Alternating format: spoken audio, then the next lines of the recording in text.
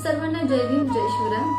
आज बीड जिल्ह्यामध्ये एक खरंच दुर्दैवी घटना घडलेली आहे। पोलीस भरतीचा आज पहिला दिवस आहे आणि आपले बंधू म्हणजे दीपक यांचा दुर्दैवी मृत्यू झाला आहे। पोलीस भरतीच्या दरम्यान मैदानी चाचणीच्या परीक्षेच्या दरम्यान त्यांना हार्ट अटॅक आला आणि त्यांना तातडीने रुग्णालयामध्ये दाखल केलं। पण जेव्हा रुग्णालयामध्ये त्यांना दाखल केलं, डॉक्टरांनी त्यांना मृत म्हणून घोषित केलं आहे। सर्वप्रथम खरंच तर भावपूर्ण श्रद्धांजली, पण मला खरं सांगू त्यांना कुठल्या शब्दांनी त्यांना श्रद्धांजली द्यावी, कारण की घरी आपले त्यांचे आई वडील वाट बघत असतात की आज आपलं पोरग पोलीस भरतीच्या परीक्षेसाठी गेले, माझं पोरग एक ना एक दिवस पोलीस बनेल ह्या अपेक्षेनं जे आपले आई वडील वाट बघत बसले, त्यांच्या प्रश्नाला कोण उत्तर देणार हो। त्यांच्या स्वप्नाचा तर चकनाचूरच झाला की खरं सांगू बोलायला शब्द नाहीयेत, कारण की गोरगरिबांचे पोरं आमच्या पोलीस भरतीमध्ये उतरलेली आहेत आणि त्यांचा अशा पद्धतीने दुर्दैवी अंत व्हावा ह्याला जबाबदार कोण आहे। प्रशासनाने खरं तर याकडे लक्ष द्यावं की खरं सांगू फडणवीस साहेब जरा याकडे लक्ष द्या।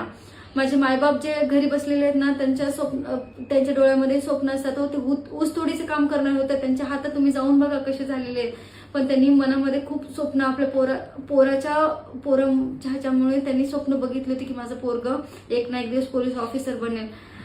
त्यांच्या स्वप्नांचा कुठेतरी अंत झालेला आहे आज, पण ह्याला हे जबाबदार जे पोलीस प्रशासन आहे त्यांच्यावरती खरंच सांगू कठोर कारवाई करण्यात यावी। आज पोलीस भरतीचा पहिलाच दिवस आहे, पण महाराष्ट्रामध्ये इतर ठिकाणीही पोलीस भरतीच्या परीक्षा राबवल्या जाणार आहेत, मैदानी परीक्षा आहेत।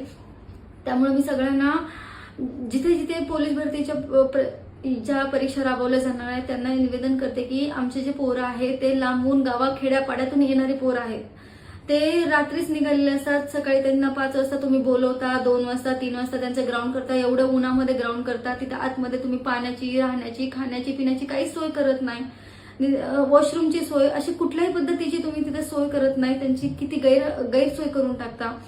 कारण हे पोलीस भरती करणाऱ्या विद्यार्थ्यांना दररोज त्यांना खाण्याची 5 लिटर पाणी पिण्याची सवय लागलेली असते आणि एक दिवसामध्ये ते उपाशी राहून स्वतःच्या बॉडीला कमजोर करून घेतात।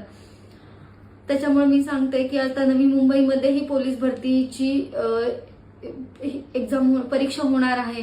त्याच्यामुळे नवी मुंबईमधील जे अधिकारी आहेत, पोलीस प्रशासन आहे, इथे स्थानिक आमदार असेल तर जे इथे विद्यार्थी येणार आहेत त्यांच्यासाठी राहण्याची, खाण्याची, पिण्याची सगळ्या पद्धतीची सोय व्हावी, कारण की माझे जे बांधव आहेत, माझे विद्यार्थी बांधव आहेत, ते इथून नाही तर प्रत्येक महाराष्ट्रातून आणि खेड्यापाड्यातून इथे येत असतात, त्यांची सोय व्हावी म्हणून मी सगळ्यांना एक निवेदन करते।